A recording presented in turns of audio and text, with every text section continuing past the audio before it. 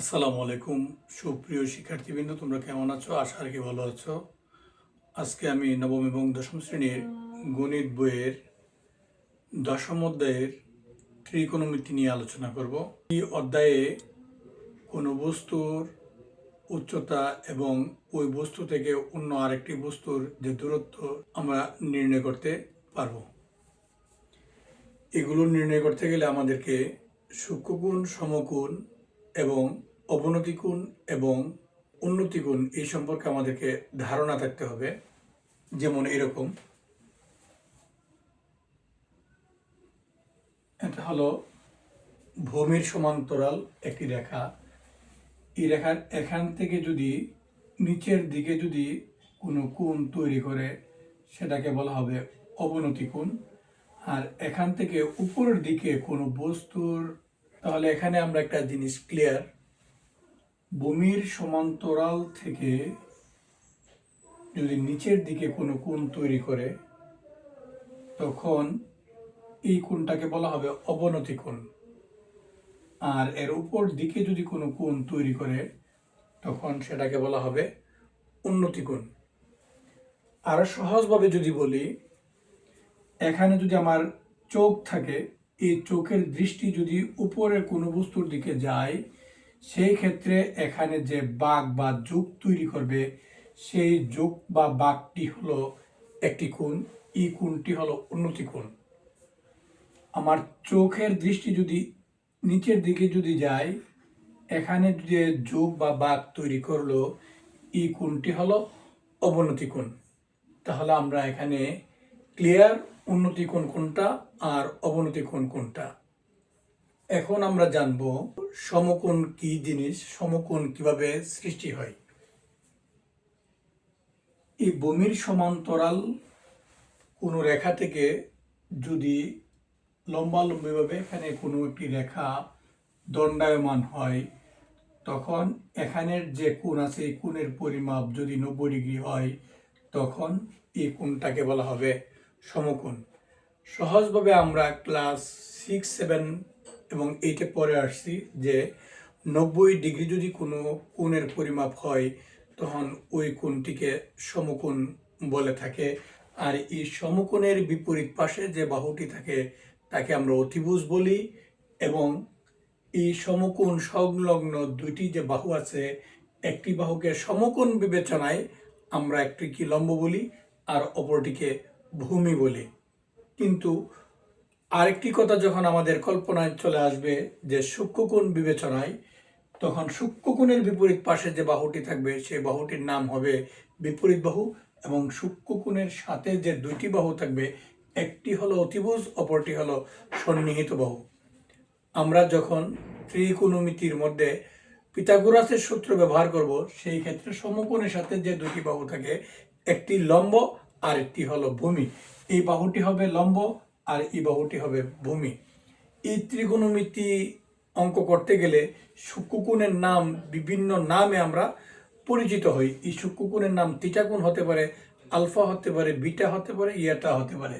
যে কোনো নাম বিবেচনায় এনে সূক্ষ্মকোণের তার বিপরীত পাশে যে বাহুটি থাকবে সেটি হলো বিপরীত বাহু, আর সাথে যে বাহুটি থাকবে সেটা সন্নিহিত বাহু, আর সমকোণের বিপরীত পাশে যে বাহুটি থাকবে সেটা হলো অতিভুজ। তাহলে আমরা এখানে ক্লিয়ার, এই আলোচনার মাধ্যমে উন্নতি কোণ কোনটি আর অবনতি কোণ কোনটি আমরা বুঝতে পেরেছি, এবং সমকোণ কোনটি সেটিও বুঝতে পেরেছি। অতিভুজ কোনটি সমকোণ বিবেচনায় এবং সূক্ষ্মকোণ বিবেচনায় কোনটি বিপরীত বাহু এবং কোনটি সন্নিহিত বাহু, সেই জিনিসগুলিও আমরা বুঝতে পেরেছি। এই ত্রিকোণমিতির ক্ষেত্রে দূরত্ব এবং উচ্চতা নির্ণয়ের ক্ষেত্রে আমরা ত্রিকোণমিতির সূক্ষ্মকোণের কিছু অনুপাত আমরা জানি। যেমন বিপরীত বাহুবাই অতিভুজ থাকলে আমরা এখানে সাইন লিখতে পারি, সন্নিহিত বাহুবাই অতিভুজ থাকলে আমরা কস লিখতে পারি, এবং বিপরীত বাহুবাই সন্নিহিত বাহু থাকলে আমরা ট্যান লিখতে পারি। এখানে তিনটি অনুপাত আছে, তিনটি অনুপাতকে আবার তিনটি অনুপাতে রূপান্তর করা যায়। এই আলোচনায় আমরা স্পষ্ট বুঝতে পেরেছি একটি বস্তু থেকে আরেকটি বস্তুর দূরত্ব এবং উচ্চতা নির্ণয় করতে গেলে কোন কোন জিনিসগুলোর দরকার পড়বে, এবং আরেকটি জিনিস দরকার পড়বে, সেই জিনিসটা হলো যে কোণটাকে আমরা সূক্ষ্মকোণ বিবেচনা করব ওই কোণটির পরিমাপ কত, সেটা কি 30 ডিগ্রি নাকি 45 ডিগ্রি নাকি 60 ডিগ্রি। এই জিনিসগুলো প্রথমে আমাদেরকে আইডেন্টিফাই করতে হবে।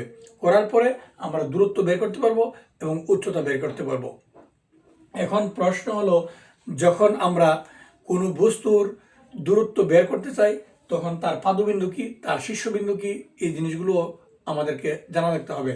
যদি আমরা কল্পনা করি এই রেখাটি একটি মিনার বা একটি গাছ বা একটি স্তম্ভ, সেই ক্ষেত্রে ভূমির সাথে স্পর্শ করা যে বিন্দুটি থাকবে সেটার নাম হবে পাদবিন্দু, আর উপরে যে বিন্দুটি আছে সেটা হলো শীর্ষবিন্দু। এখান থেকে আরেকটি কোনো বস্তুর যখন আমরা দূরত্ব বের করতে যাব, সেই ক্ষেত্রে আমাদের একটা জিনিস কল্পনায় চলে আসবে, দেখতে সেটা একটা ত্রিভুজের মতন হয়ে আসবে যখন শীর্ষবিন্দুর সাথে অপর বিন্দুটির যখন আমরা যোগ করে ফেলবো। সেই ক্ষেত্রে আমাদেরকে মনে রাখতে হবে, তিনটি বাহুর মধ্যে যে কোনো একটি বাহুর মান যদি আমাদের জানা থাকে এবং অপর দুটি সূক্ষ্মকোণের যে কোনো একটি কোণের মাপ যদি আমাদের জানা থাকে, সেই ক্ষেত্রে একটি বাহুর মাধ্যমে আরেকটি বাহু আমরা মান বের করতে পারবো। তাহলে চলো এখন আমরা সমঅধ্যায়ের আমরা একটি সমস্যার সমাধান করব। যেমন এখানে একটি সমস্যা আছে, একটি গাছের পাদদেশ থেকে 20 মিটার দূরে ভূতলের কোনো বিন্দুতে গাছের চৌড়ার উন্নতি কোণ 60 ডিগ্রি হলে গাছটির উচ্চতা নির্ণয় করো। এই প্রশ্নটির উপর ভিত্তি করে আমরা একটা ছোট্ট একটি চিত্র অঙ্কন করব। এই চিত্র অঙ্কন করার পরে এই সমস্যাটির সমাধান আমরা করব। একটি গাছের পাদদেশ থেকে, ধরি এটা একটি গাছ, তার পাদদেশ থেকে অর্থাৎ তার গোড়া থেকে 20 মিটার দূরে 20 মিটার দূরে ভূতলস্থে কোনো বিন্দুর গাছের চৌড়ার উন্নতি কোণ কত ডিগ্রি? 60 ডিগ্রি। এখানে হবে 60 ডিগ্রি। আর এই গাছের গোড়া থেকে ভূতলস্থ ওই বিন্দুটির দূরত্ব 20 মিটার। তাহলে প্রথমত আমরা লিখতে পারি, মনে করি একটি গাছ যার উচ্চতা h মিটার, গাছটির পাদবিন্দু হলো বি, বি হতে 20 মিটার দূরে সি বিন্দুতে কোণ এসিবি সমান 60 ডিগ্রি তৈরি করে। তাহলে এখানে একটা চিত্র আমরা পেয়ে গেলাম, যে চিত্রটির মধ্যে একটি কোণ 90 ডিগ্রি এবং একটি সূক্ষ্মকোণ হলো 60 ডিগ্রি। এই সূক্ষ্মকোণের বিপরীত পাশে যে বাহুটি আছে সে বাহুটি হলো বিপরীত বাহু, আর সূক্ষ্মকোণের সাথে যে বাহু, দুইটা বাহু আছে, একটি হলো অতিভুজ। অতিভুজটা হবে কোনটা?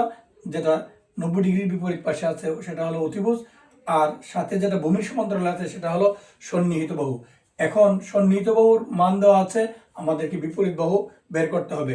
তাহলে আমরা জানি বিপরীত বাহু এবং সন্নিহিত বাহুর মধ্যে যখন কোনো অনুপাত দাঁড়ায় তখন সেটা চলে যায় কোথায়? টেনের মধ্যে চলে যায়। তাহলে আমরা এখন সর্বপ্রথম লিখব, মনে করি এবি একটি গাছ,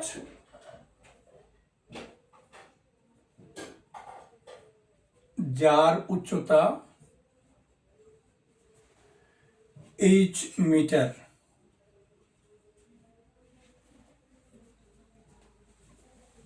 গাছের পাদদেশ বি বিন্দু হতে 20 মিটার দূরে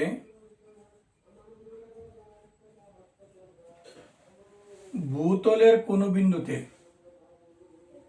ভূতলের সি বিন্দুতে কোণ এসিবি সমান 60 ডিগ্রি তৈরি করে। অর্থাৎ নিচ থেকে যখন কোনো কোণ তৈরি করবে উপরের দিকে তখন সেটা হবে উন্নতি কোণ। এই এবিসি ত্রিভুজের মধ্যে কোণ এসিবি সমান 60 ডিগ্রি। তাহলে আমরা কোণ হলো 60 ডিগ্রি, এই কোণের বিপরীত পাশে যে বাহুটি আছে সেটা হলো বিপরীত বাহু, আর যে মানটা দেওয়া আছে সেটা হলো সন্নিহিত বাহু।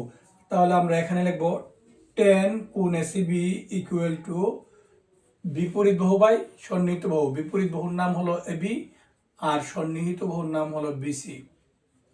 tan এসিবি বলতে গেলে tan 60 ডিগ্রি আর এবির মান এখানে আছে এইচ, আর বিসির মান হলো 20। টেন 60 ডিগ্রি মান হলো √3 এইচ বাই 20।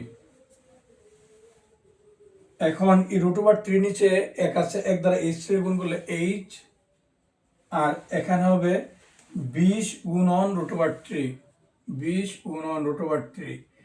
3কে যদি আমরা বর্গমূল করি সেই ক্ষেত্রে হবে 1.732। এখন এইচ এর মান হবে এই 20 দিয়ে 1.732 কে গুণ করে যে ফলটা হবে সেটা কার মান? এইচ এর মান। সর্বশেষে আমরা লিখব গাছটির উচ্চতা এইচ মিটার, অর্থাৎ এখানে যে ফলটা বের হবে সেই ফলটা আমরা লিখব। আশা করি অঙ্কটি বোঝাতে পেরেছি। মনোযোগ সহকারে ভিডিওটি দেখলে তোমরা ভালো পারবে। আজ এই পর্যন্তই। সবাই ভালো থাকো, সুস্থ থাকো। আল্লাহ হাফেজ।